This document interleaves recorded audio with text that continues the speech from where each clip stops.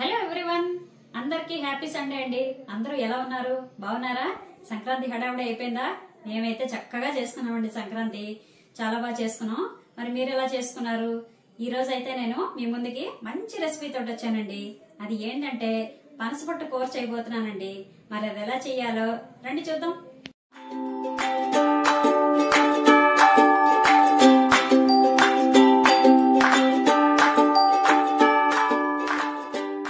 చూడండి, నేను ఇక్కడ ఒక 1/2 కేజీ పనసపొట్టు తీసుకున్నానండి. ఇది మనం ఇప్పుడు కుక్కర్లో వేసేసుకొని ఉడకబెట్టుకుందాం. చూడండి, 1/2 కేజీ పనసపొట్టుకి ఇగో ఈ మాత్రం చెంబు నీళ్లు నేను పోసేసుకుంటున్నాను ఉడకబెట్టడానికి.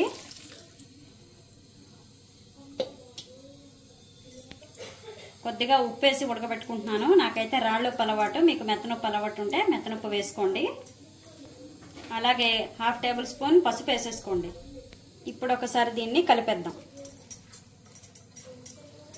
ఉప్పు పసుపు బాగా కలవాలి కదా, అందుకని కలిపేసుకొని పొయ్యి మీద పెట్టుకుందాం. ఇప్పుడు మనం దీన్ని పొయ్యి మీద పెట్టేసుకొని 2 విషుల్లో రానిద్దాం. 2 విషిల్స్ సరిపోతాయండి. ఎక్కువైతే ముద్ద అయిపోతుంది. పొడి పొడిలాడుతూ ఉండాలి కూర. కుక్కర్ విషిల్ వచ్చేలోపు మనం 100 గ్రాములు చింతపండు తీసుకున్నానండి. నేను 1/2 కేజీ పనసపొట్టుకి 100 గ్రాముల చింతపండు తీసుకున్నాను. దీన్ని మనం ఇప్పుడు నానబెట్టేసుకుందాం. చూసారు కదండి, 2 విషులకే చక్కగా ఉడికిపోయింది. చూడండి, బాగా ఉడికింది. ఇప్పుడు మనం దీన్ని చిల్లుల దాంట్లో వేసేసుకుందాం.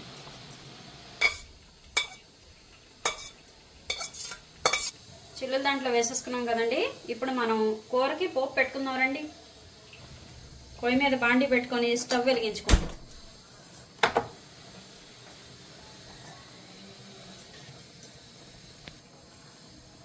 ఏడెనిమిది చెంచాల వరకు నూనె వేసేసుకోండి. చాలకపోతే మళ్ళీ మనం తర్వాత వేసుకుందాం. కూర కొంచెం పడుతుంది కదా. చూడండి, 2 చెంచాలు ఆవాలు,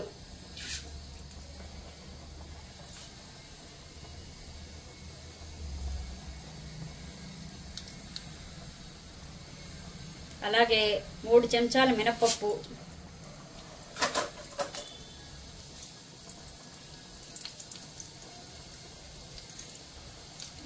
3 చెంచాలు శనగపప్పు,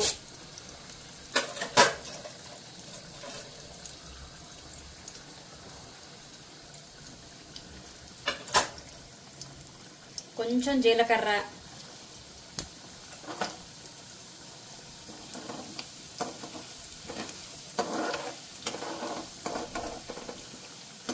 ఎండుమిరపకాయ అప్పుడే వేసుకోకూడదండి, మాడిపోతుంది. చూడండి, నేను 1/2 కేజీ పనసపొట్టుకి ఒక గుప్పెడు పల్లీలు, చూడండి నేను ఒక 1/2 కేజీ పనసపొట్టుకి ఒక గుప్పెడు పల్లీలు అలాగే గుప్పెడు జీడిపప్పు తీసుకున్నాను. ఫస్ట్ అయితే మనం పల్లీలు వేసుకుందాం. జీడిపప్పు ఇప్పుడే వేసేసుకుంటే మాడిపోతుందండి.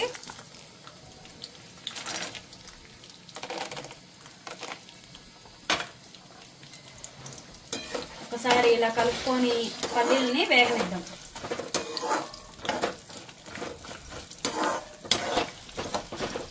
మినపప్పు శనగపప్పు పల్లీలు వేగాక అప్పుడు జీడిపప్పు ఎండుమిరపకాయలు వేసుకోవాలి. చూసారు కదండి, అన్ని చక్కగా వేగాయి. ఇప్పుడు మనం జీడిపప్పు వేసుకుందాం. అలాగే ఒక 4-5 ఎండుమిరపకాయలు ఇలా ముక్కలు చేసి వేసేసుకోండి.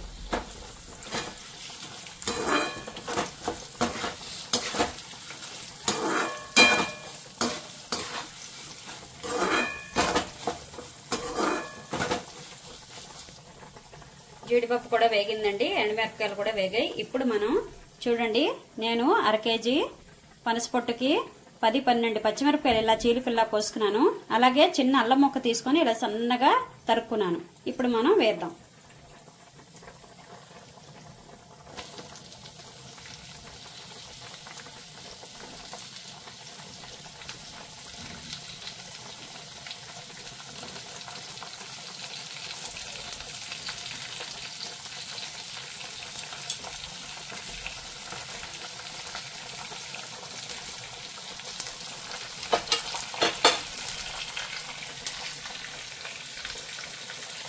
అలాగే ఒక గుప్పెడు కరివేపాకు వేసేసుకోండి.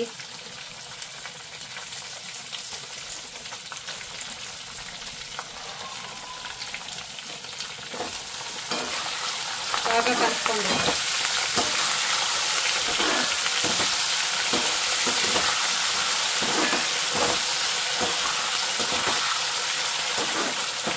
ఇప్పుడు మనం చింతపండు మొగ్గు తీసుకుందాం. చూడండి, చింతపండు పులుసు తీసేసుకున్నానండి. ఇప్పుడు మనం దీంట్లో వేసేద్దాం. దీన్ని ఇప్పుడు మనం ఒకసారి కలుపుకుందాం.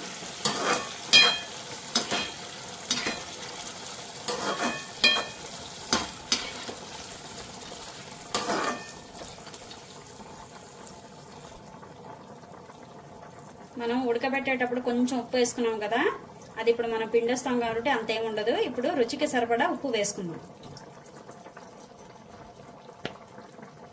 పులుసులో ఇప్పుడు మెత్తనొప్పే వేస్తున్నాను. 3 చెంచాలు ఉప్పు వేసానండి. చాలకపోతే మళ్ళీ చూసుకొని వేసుకోవచ్చు. చూడండి, చిన్న బెల్లం ముక్క వేసుకుంటున్నాను. రుచిగా ఉంటుంది, బాగుంటుంది కూరకి. ఇప్పుడు దీన్ని మనం కలిపేసుకుందాం. చింతపండు ఆయిల్ తేలేలాగా ఉడకనిద్దాము. చింతపండు ఉడికే లోపల ఇప్పుడు మనం పనసపొట్టు పిండుకుందాం. చూడండి, ఇలా పిండితే ఇంకా కాస్త నీళ్ళు వస్తాయి కాబట్టి పిండి వేసుకోవాలి. అప్పుడు పొడి పొడిలాడుతూ వస్తుంది కూర.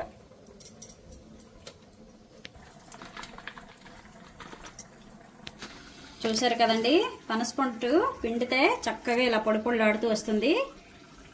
ఇప్పుడు మనం చింతపండు పులుసు ఉడికిందో లేదో చూద్దామండి. చూడండి, పులుసు ఉడికిపోయింది, నూనె తేలింది. ఇప్పుడు మనం ఒక 2 చెంచాలు ఆవ పొడి వేసుకుందాం. 2 చెంచాలు వేసుకోండి, రుచిగా బాగుంటుంది.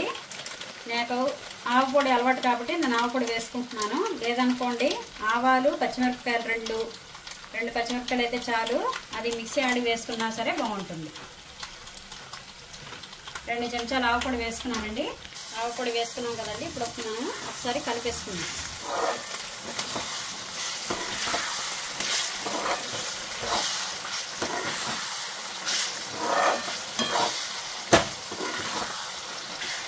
కలుపుకున్నాం కదండి. స్టవ్ ఆఫ్ చేసేయండి.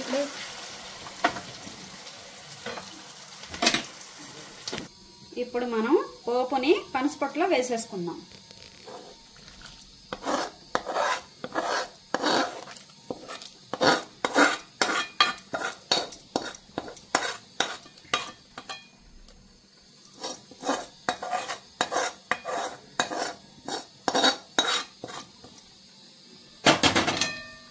వేసేసుకున్నాం కదండి.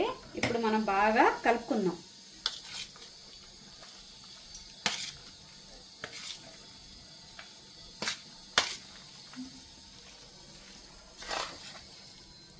అంతేనండి, ఎంతో రుచికరమైన పనసపొట్టు కూర తయారైపోయింది. చూసారా ఎంత చేశానో? ఈ కూరని మా వాళ్ళందరికీ పంచిపెట్టాలండి, అందుకనే ఇంత చేశాను. మరి ఈ వీడియో కనుక మీకు నచ్చినట్లయితే లైక్ చేయండి, షేర్ చేయండి, సబ్స్క్రైబ్ చేసుకోండి. అలాగే మీరు కూడా ఒకసారి ట్రై చేయండి. ఎలా ఉందో నాకు కామెంట్ చేయండి. నెక్స్ట్ వీక్ మంచి వీడియోతో కలుస్తాను.